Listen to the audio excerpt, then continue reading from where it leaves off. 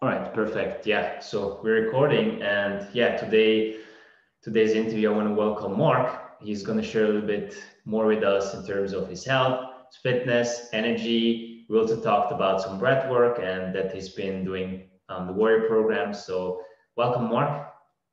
Great. Thank you for having me. Looking forward to it. Definitely. So, please go ahead. Introduce yourself a little bit. How old you are, your current physical state, like what you do for living, business, work, so that people can get a little bit more overview of what you do and who you are. Sure. Happy to. My name's Marc Beauchamp. I'm here in Houston, Texas. I'm 56 years old and I weigh right now. I'm pretty lean right now, so I feel pretty good. I just finished a uh, fast mimicking diet that my wife and I do 4 times a year, Dr. Walter Longo from Italy, I believe. So we feel pretty good. I'm about 165 right now and feel really, really healthy. So my physical state, other than the aging process of getting a little bit older. So for some of you guys, as you're younger here, over time, you age a little bit. So I've had to deal with that, and I'll share with that a little bit with your audience. But I feel really good from a physical perspective. Yeah, I can see it. Your face and your expression. Wow, like like honestly, you look in your early 40s. Oh, thank you. Yeah, so you've kept yourself very young. I'm sure people want to listen a little bit more, about your secrets and everything. So, um, yeah, for how long would you say, if you've been doing your current routine habits, what you're currently doing on a day-to-day basis? Like, for how long have you been following that? I've been really consistent most of my life. So, I started out very young here in America playing baseball, and then I went into tennis. And I was a pretty high level tennis player in school. I had a few college scholarships, very small colleges, but for tennis. And then I went in the Marine Corps in the military, and they really got me in shape. And I've really been consistent from a physical perspective most of my life. I think the bigger struggles have been around nutrition and diet for me. But I feel like I'm getting that locked in the older I get. But I do follow a daily routine, and we can get into that now or later. But I'm pretty consistent daily about getting a lot of power in my life. So as a business owner, and I own 4 different businesses right now, mainly around financial services. So it's payment processing, and I deal with a lot of small businesses. But really, for me to produce at the level that I want to produce at, I have to get power in my life, right? So clarity of where I'm taking my business, but I've got to get power, and a lot of that power is around energy and how I feel every day. So I've got the energy to work and get the results that I want in my life. So it's really been a lifelong process for me of really figuring out during my daily routines. My spiritual side of my life is very important to me. I have a family with 3 children. I've been married 26 years. So all these things kind of come together for me to help me get myself to a level where I've got that power and I can produce at my business at the highest levels. So routine's very important for me. Would you say that's your main driving force, the production capacity at work? I mean, I for would your health routines? Yeah, I think in the morning. So I do meditation, breath work. I do yoga, typically, stretching about 20 minutes of yoga. I Peloton a lot. So I love the Peloton. I had one before the coronavirus hit. So I've been a big Peloton user, and I play tennis and walk with my wife. So I'm pretty active, probably 7 days a week. I'm doing something. Uh, as I've aged, I've had 3 knee surgeries because of my tennis game. I've had to learn to kind of cut back a little bit and really focus not so much on, in my earlier days, a lot of weight training and, bulking up a little bit. I used to weigh about 185 and I was a little bit more solid.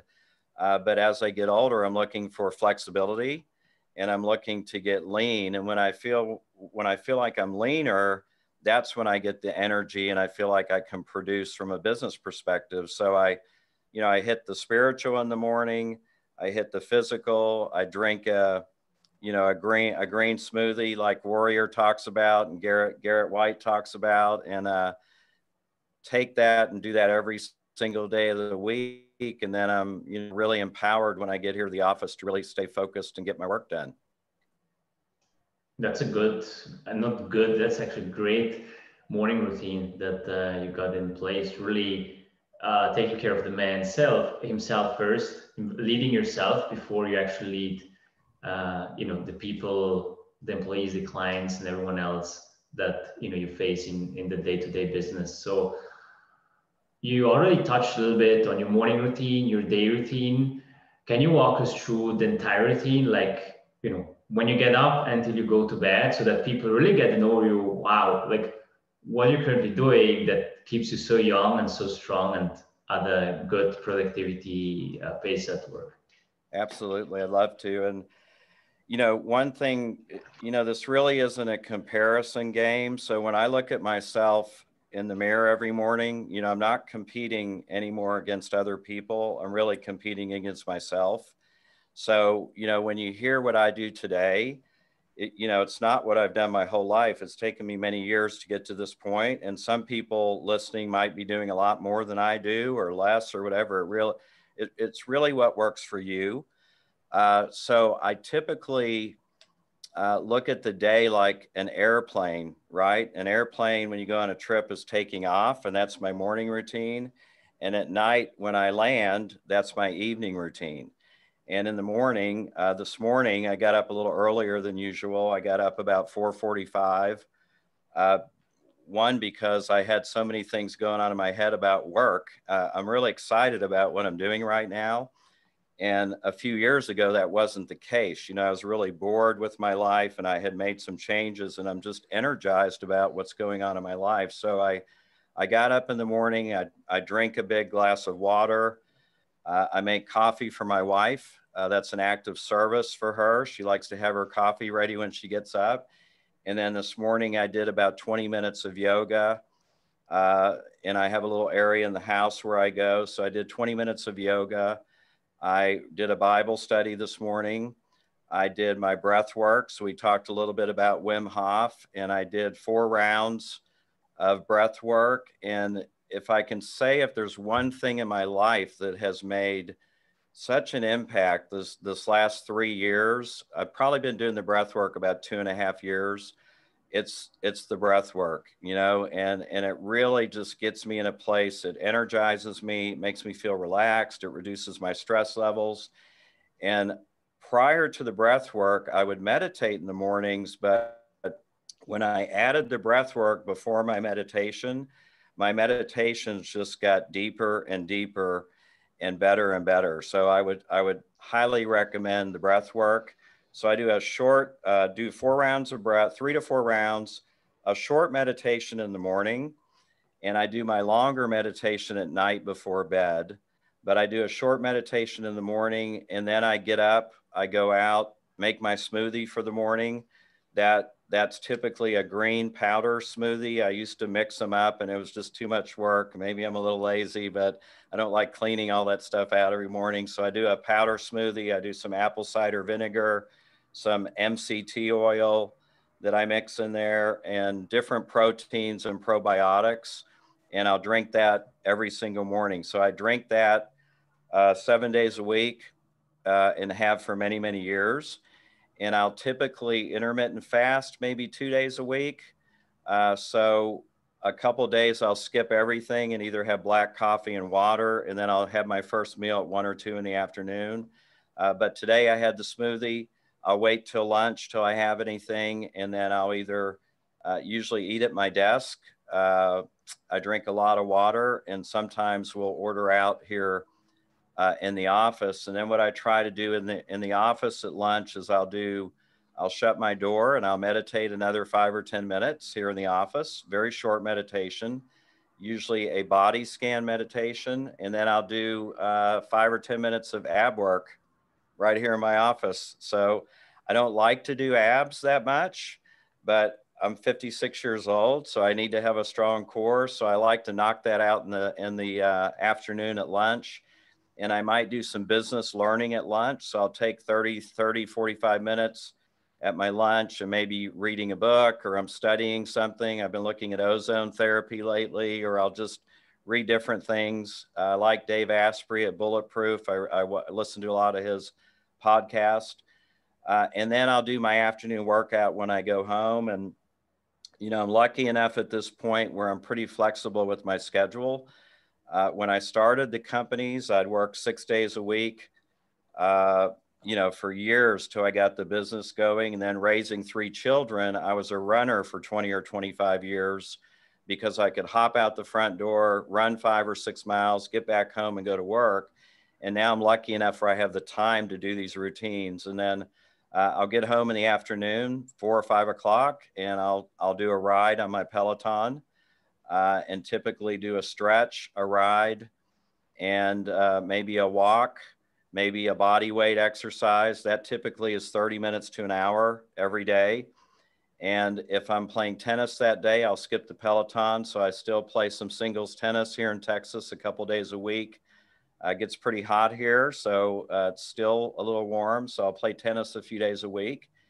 And then that's pretty much it for the day. And then the evening, there's nothing special other than I stop eating at 7 o'clock, unless I fall off the wagon. So I try not to eat at 7. And for me, that's my biggest challenge, is snacking at night.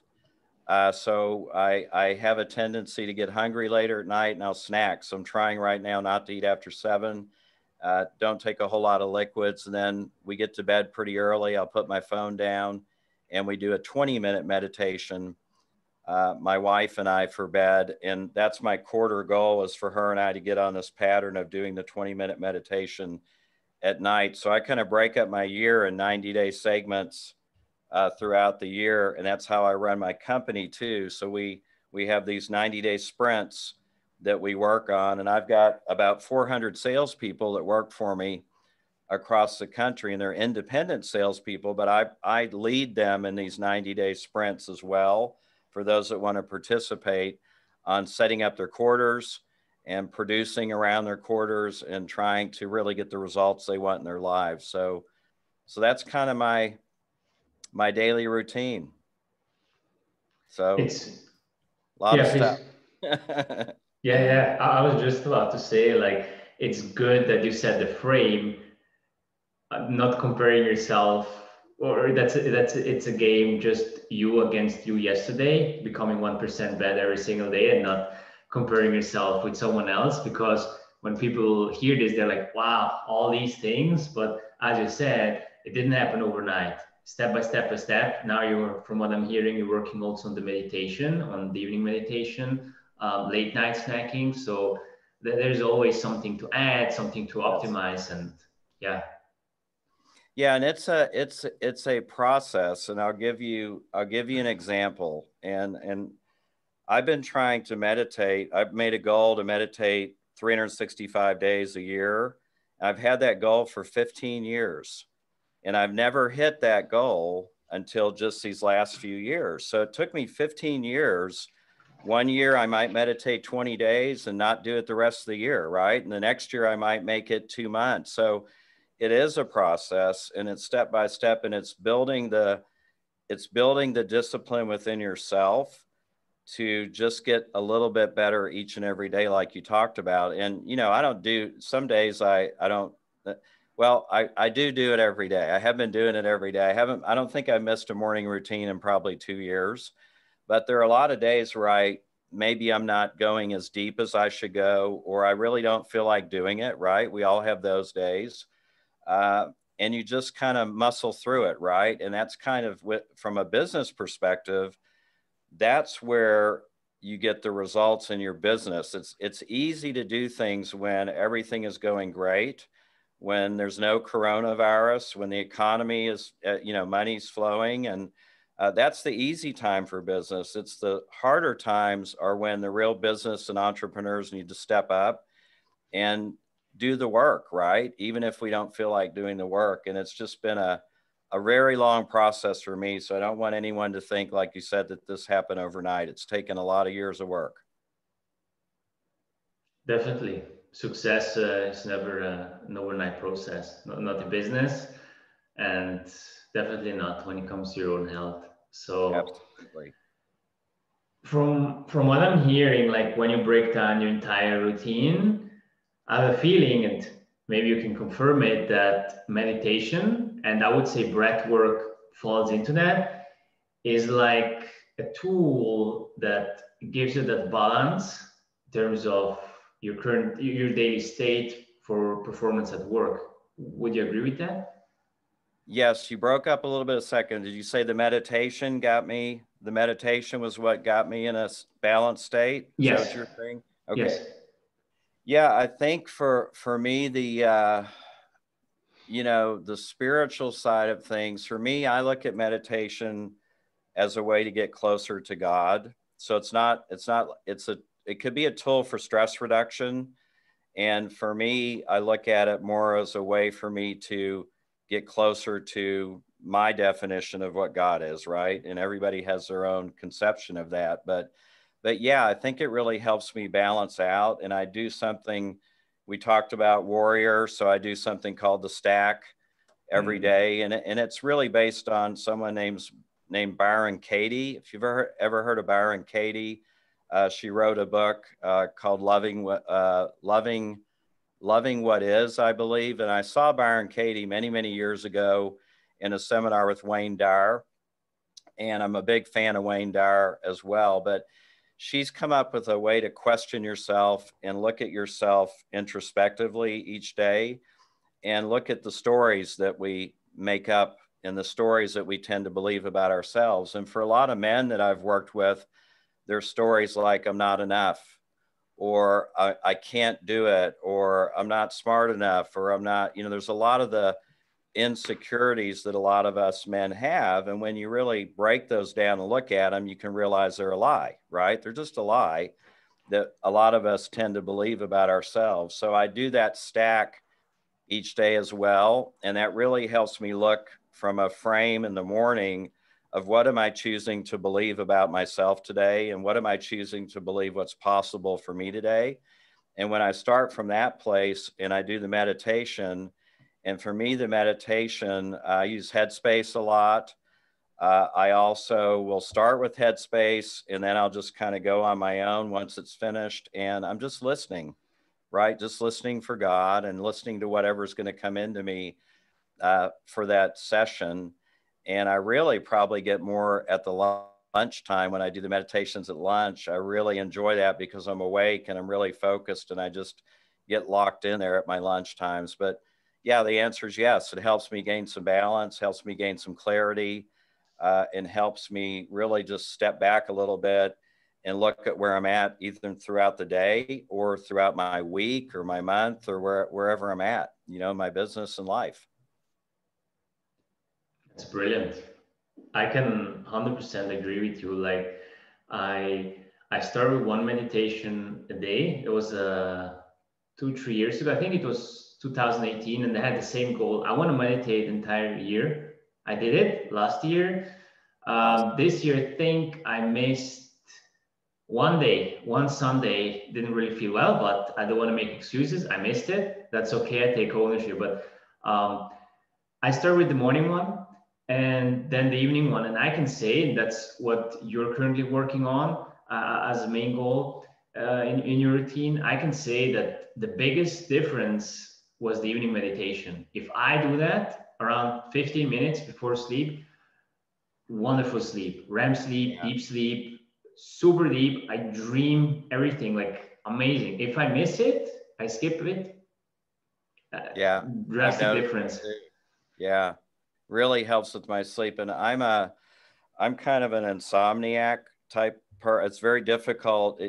It's very hard for me to fall asleep. And then a lot of times I will fall asleep and then I wake up because my mind just keeps going. But the meditation has made a major difference in my sleep and really has helped me. And I've done all the sleep cycles and all the watches and stuff. And I really went through that phase. I don't really use them anymore, but I've kind of gotten away from too much tech, and I just try to work the routine every day and do the best I can do. And, some days are better than others, right? Some days I'm just checking off boxes, and I look at the end of the day and realize, wow, I didn't really go deep in my meditation. I didn't go deep in this. I didn't go deep in that. I did it, but I didn't go at a deep level, right? And that's the biggest thing I'm working on now, is just making sure when I sit down to do something, I'm looking for a revelation, right? I'm looking for a deep connection to God, or whatever I'm focused on, to make sure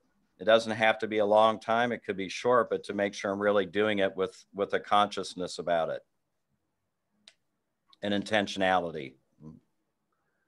That's a massive difference. I've noticed this for myself as well, and for clients, and even people I meet in the industry. You can do it to just take it off, or you can do it with the intention to do it. And if you do it with the intention to do it, there's a massive difference. Even for myself, when I just meditate, that it's done, I find myself like their thoughts coming in, and I'm just distracted. But when I do it really with a goal in mind, then I'm way more focused. So that intention is really interesting when you set it, and when you don't set it, what the Yeah. outcome will be.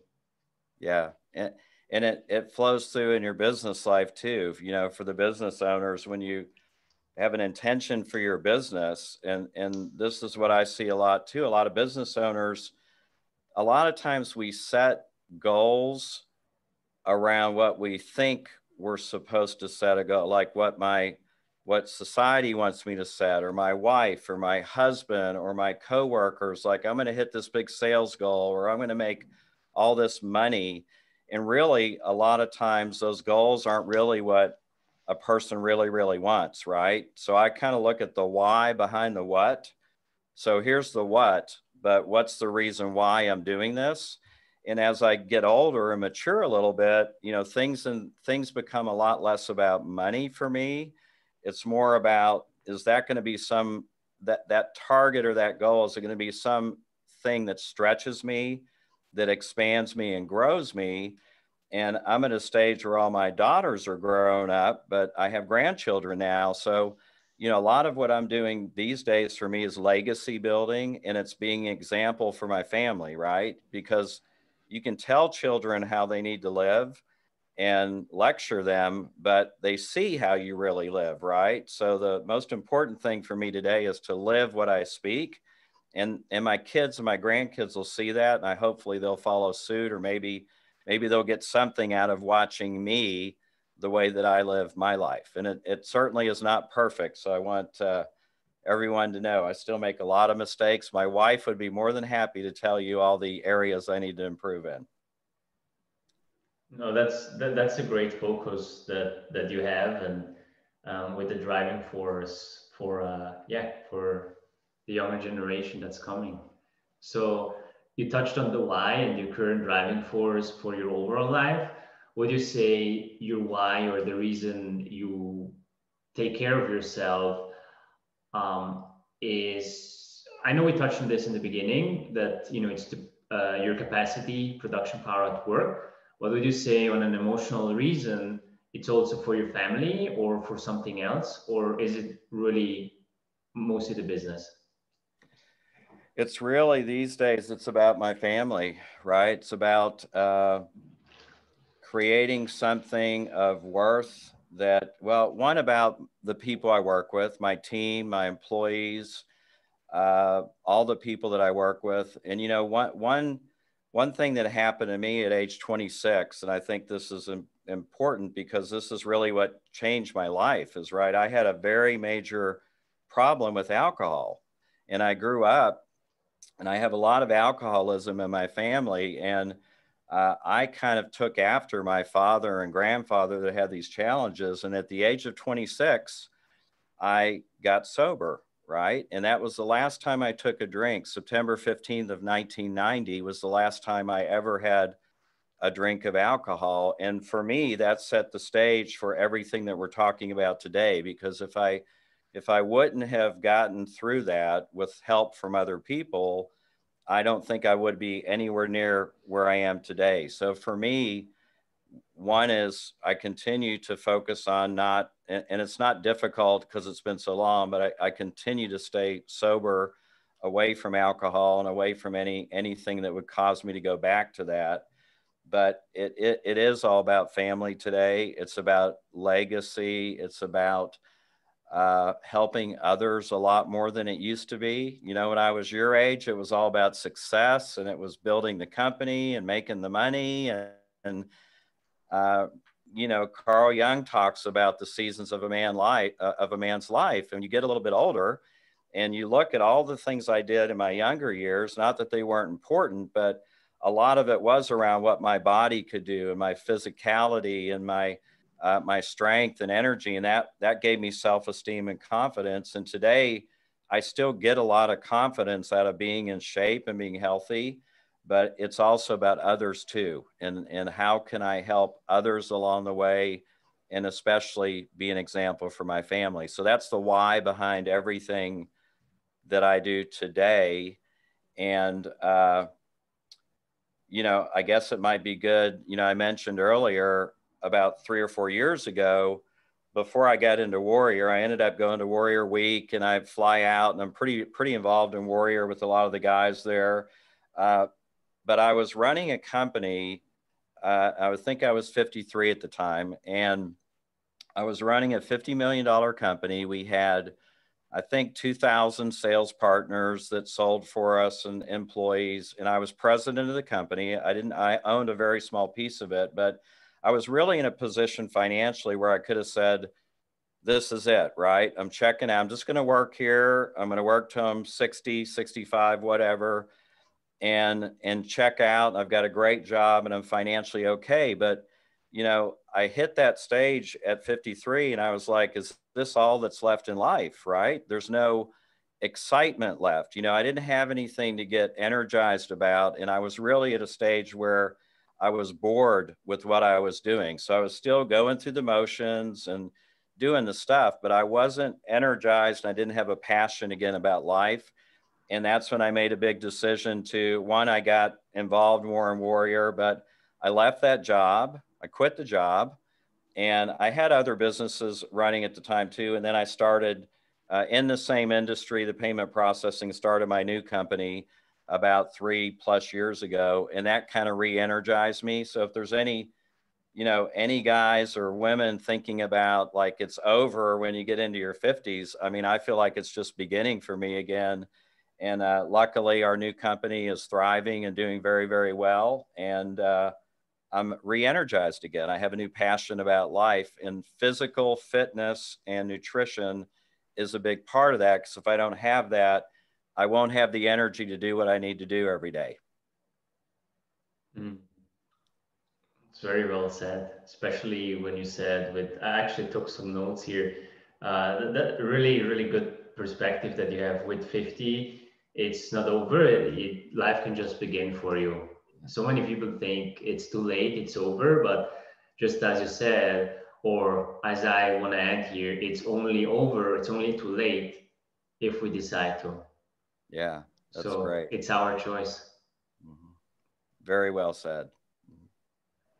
So you you give us a lot of good details in terms of your why, your driving force, also the background, like 15 September 1990. Like that's yeah, three last month that was you know were 3 decades ago that you stopped. So that was a big event. Um, what would you say, you know, after so many years, decades, was your, yeah, your biggest win or something you're extremely proud of in your overall fitness and health journey, or where fitness and health was like a driving force for you to accomplish something you maybe didn't think was possible for you? Mhm. Yeah, you know, I've used fit. I always have to have a target sitting in front of me for me, or a goal, and that really motivates me to do the workouts, right? So I'm more of a person like when I was 33, I wanted to run a marathon, right? So that was a big thing. I did a marathon in my 30s, but I knew if I set the target of doing a marathon, the 6 or 8 months up to that, I'd have to diet and run more and get in shape. So I kind of set these goals to put these things out here. So I'll have to live up to whatever I need to do to hit that target. So there's been a lot of them for me from a physical perspective. The marathon, 50 years old, I climbed Kilimanjaro with my oldest daughter in Africa. I've done triathlons before. I've done, long endurance bike rides. So all of it, when I was a runner, I ran, dozens and dozens and dozens of races. But every year that would give me the motivation to continue on. So, a lot of big things. And from a life perspective, my biggest thing is probably getting all 3 of my daughters through college. So that may not, getting them all graduated, all done. That was a big one for me. And my oldest one is 25 years old. And then I have a 28 and a 32. But getting those girls through school and through college and grown up and out on their own was a big thing in life.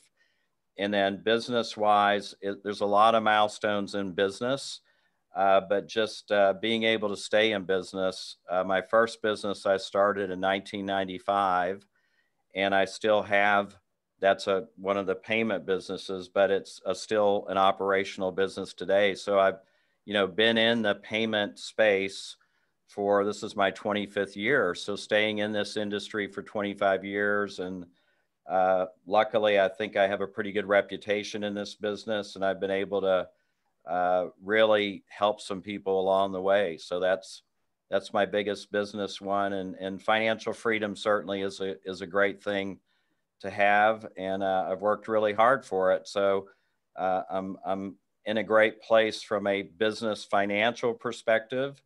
And really just try to maintain that, with all the things going on with business and virus.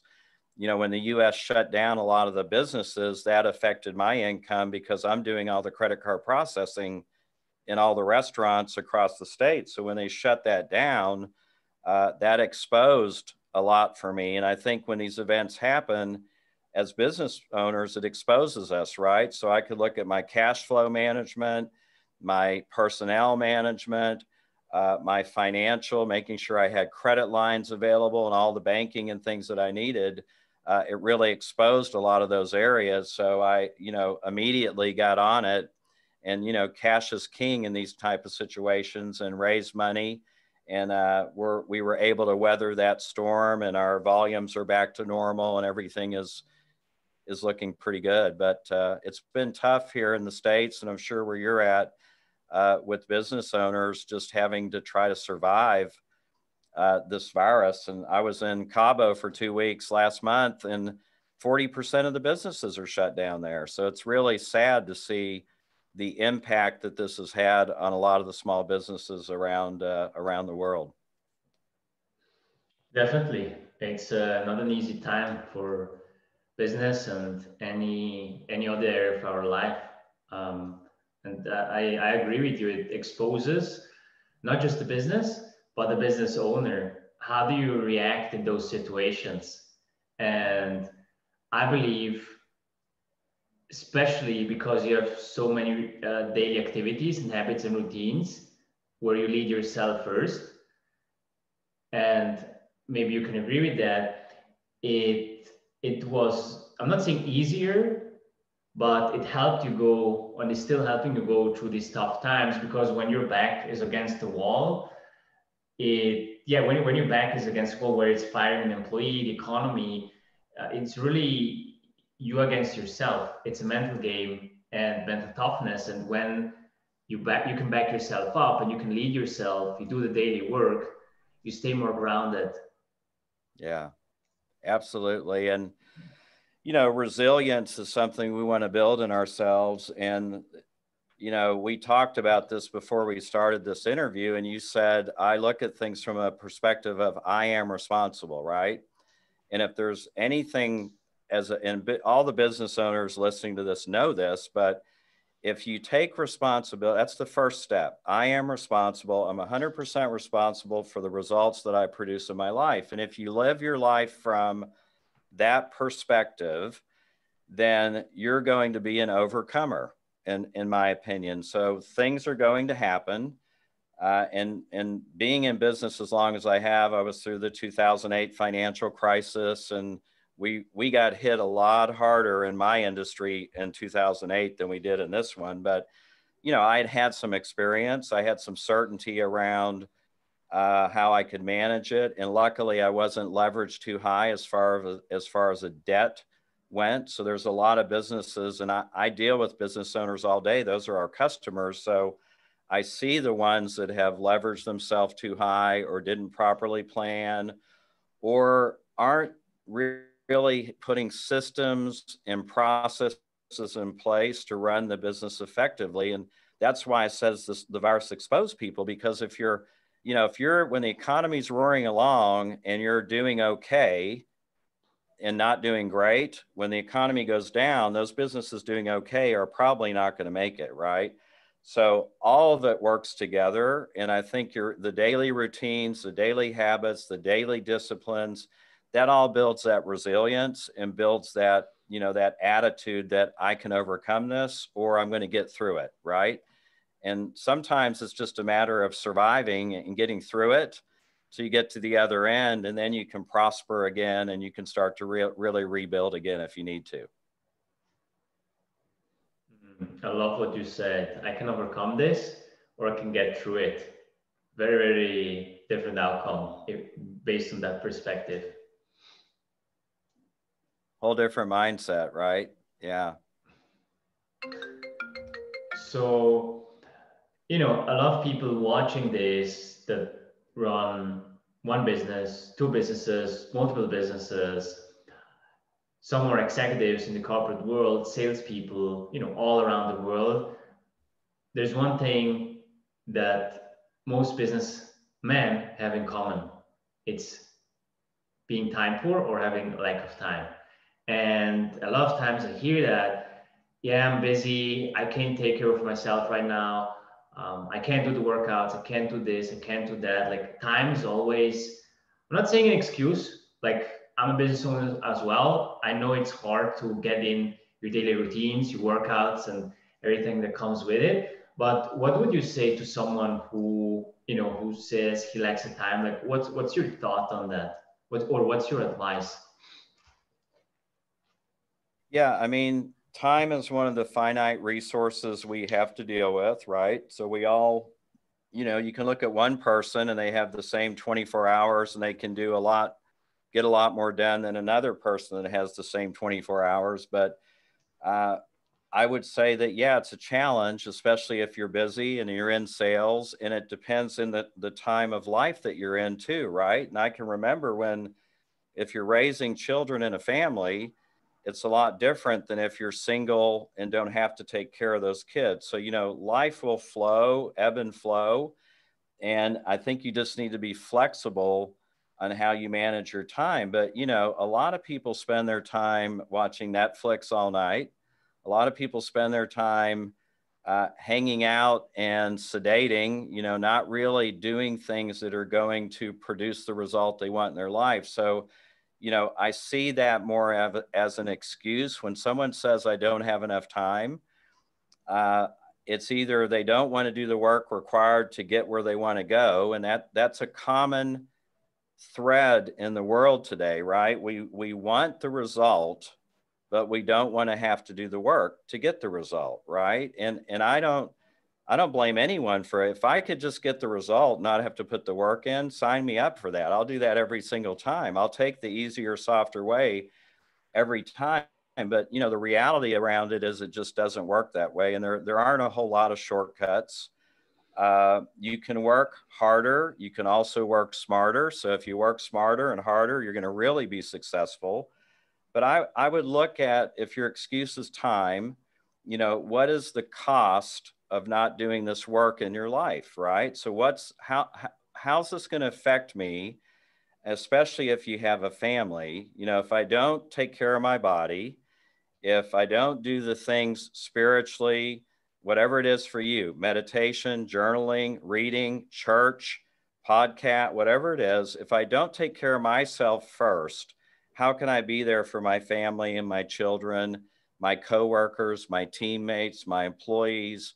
I mean, how can I really show up in a powerful way if I'm not taking care of myself? So I think if that why, once again, is strong enough, you'll find the time. And it doesn't have to be, I mean, if you're just starting, start with a 15-minute walk every morning, start with a 20-minute walk, start with 10 minutes of stretching. It doesn't have to be a 2-hour workout routine. I mean, I work out time-wise a lot less than I used to work out when I was younger. And now I'm trying to get a more effective workout in a shorter period of time. But just start something, and you build you build the practice, and you build the habits. I like Atomic Habits, James Clear. I don't know if you ever read Atomic Habits, but one of my favorite books. And he talks about, if you're starting something, get out of bed and do one push-up. Get up in the morning and do one push-up, then do two, then do three. You start to build those neural pathways in your brain, and you start to build that habit in your body, where a year, 2, 3, 5 years later, you get to where this stuff is automatic, right? And that's kind of where, luckily for me, I've reached a level of automaticity where when I wake up in the morning, I don't even have to think about it. I just go through my routine and stay present to it. But I know that I'm going to do it this morning. There are no excuses. So you can find the time. What's the cost if you don't do this? What's the cost to you, your family, your children, your life, your finances, your career? I mean, if you're competing in a corporate job, it is a competition. When you're in the corporate arena, you're competing against those other salespeople, those other managers, and you need to be at the top of your game. So you need to take the time. What's the cost? And then commit to it and live from a place of, really from a place of, you are taking a stand for yourself, and you are cause in your life. And I went to something called the Landmark Forum about 25 years ago, and they talked a lot about being the cause in your life. So when something is happening in my life, I can either produce by default, by reaction, or I can be the force in the cause of my life. So if you take that stand where I'm going to make this happen, I'm going to be the cause in my life, that's a great place to start. And I think you'll find the time to be able to produce these things in your life. So no excuses. That's what I would tell them. Phenomenal advice, especially one with the cost of inaction. A lot of times we just see, oh, it's going to cost me 20 minutes of my time. Sure, but what is it going to cost you if you don't do it? We always tend to forget that. So it's great that you bring awareness into that. And I also like how you touched on the habits that are automated on your side, because a lot of times we try to solve problems on a conscious level where it's a subconscious problem. Like, I'm not sure if you're familiar with that statistic, but 95% of our day is ruled by our subconscious mind. And our subconscious mind is nothing else than our identity. And our identity is who we see ourselves. And those are all the automated habits. And so you see yourself as a successful, healthy, fit business owner, business dad, right? But if you don't see yourself like that, then you have different habits, because your identity will drive your beliefs, and your beliefs will drive your behavior. So it will be a total different outcome. And because you've been doing the work for so long, you've shifted your identity, and now these habits are automated. You don't have, like, correct me if I'm wrong, but I don't think you need extra motivation, extra discipline, extra willpower. Sure, a little bit here and there, but you get up, you do the work, and that's it, because that's your identity. You're not forcing it. Yeah. Yeah. And I mean, it's so true. When we did Warrior Week, I did it like 2.5 years ago. We had like 17 guys in our group, and this is a week-long, pretty intense situation. And you guys can look it up. But we had some really powerful, successful men in that group, and it's $10,000 to go for the week. So anybody that can spend $10,000, plus you're flying out there, you have to pay your room. It's an investment in yourself. But when you said your beliefs and, control or influence your identity, it's so true, because I was sitting there with these men, and all of us were pretty successful in life, but a lot of us still had that insecure belief about what we were capable of in our lives. A lot of us, you know, we put on this thing where we're successful, but inside of us, a lot of them still didn't believe that they deserved to be successful, or that they had a belief that they were lacking in some way. And by the time we dealt with that through that week, everybody was in a place of power.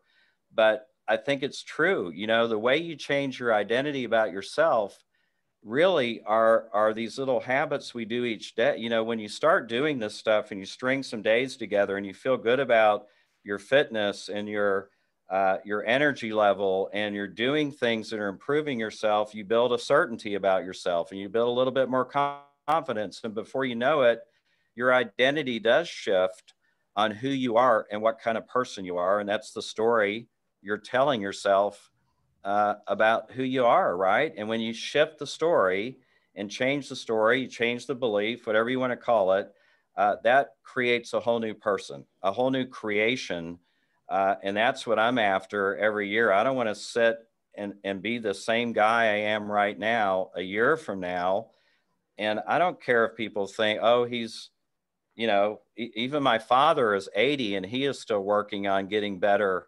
And I really respect that about him. But, you know, you can always improve. And I want to be a whole different creation next year. And the year after that, I want to be a different creation. And I want to continue to be, you know, being and becoming the best that I can be. And I think that's just a mindset that people have to adopt. And it just takes time to build the discipline. You know, it's easy to say it, but if you're not doing it, you're not going to believe it about yourself. Just what you were talking about. When you start to do it, you will start to have some confidence and belief and some certainty in your life. Amazing insight, especially when you said you don't want to be the same person you are right now, sitting here next year. You don't want to be that guy. And this just shows you're not settling for average. Like you're striving for greatness. Yeah, absolutely. We all should be, right? I agree, Mhm. definitely.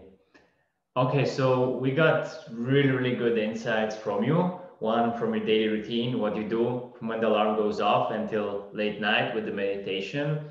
What you used to do also with all the tracking devices, so people can really see the journey and what it took you to build that up. But you also got some really great mindset shifts in terms of time, belief, perspective, identity. This group here isn't just about fitness and health. We're all business owners. Business, the lifeblood of business is sales. No sales, no business. Now Yeah. sales happen because of an exchange of value. So what would you say is the value you can offer, the offer you have for the world out there, especially for business owners? Yeah, please tell us, a little bit more about that. I know you mentioned the payment processors, but you can mention anything you want here. Sure. Yeah. I mean, really, if I can assist anybody in any way, I'm always happy to help them. And I think it is about the value that you bring to the marketplace. So it's just not what can I get out of the situation, what can I get back, and that's really what builds a long-term relationship. So, yeah, if anybody needs help with payment processing, I do a lot of financing. So I work with a lot of coaches, I finance masterminds, coaches, programs, and we do a lot of financing on e-commerce and the internet. So you can finance your customers' purchases from you. So it makes it easier for them to buy from you if you can break it down into monthly payments. So if you're selling things and price is an objection or price is an issue, we have a financing alternative that you can offer those people so that you can overcome that price objection, which is one of the most common ones that a lot of salespeople get. So anything around payments, e-commerce, financing. If you're in the States, we do business lending as well. So if you need to raise capital for your business, we can help you there too. So happy to help or answer questions if people are just looking for some insight on their payment provider. Perfect. Great offer, especially with the price objection that you get that, and now you've got the real solution. You need to, I mean, some people want, but you don't need to be the wolf of Wall Street. and really hardcore Yes. close someone, but you can offer like good solution here. So that's great. Awesome. And where can people get in touch with you? Is that here on Facebook or email, website? Like, where should Yeah, people email. go? I'm on LinkedIn. If anybody wants to get me on LinkedIn, I've got a pretty big network there. You can email me at Marc, M-A-R-C, at survcredit.com, SURV as in Victor, credit.com. I'd love to connect with you on LinkedIn as well. Facebook, message me, however you can get me. So I'm out there a lot in the public eye. I do some writing too for some trade groups and some things like that as well. So yeah, love to hear from you. Perfect. Mark, thank you so much for being here and sharing everything, yeah, that you just gave us today. Thank you. Thank you. It was great being with you.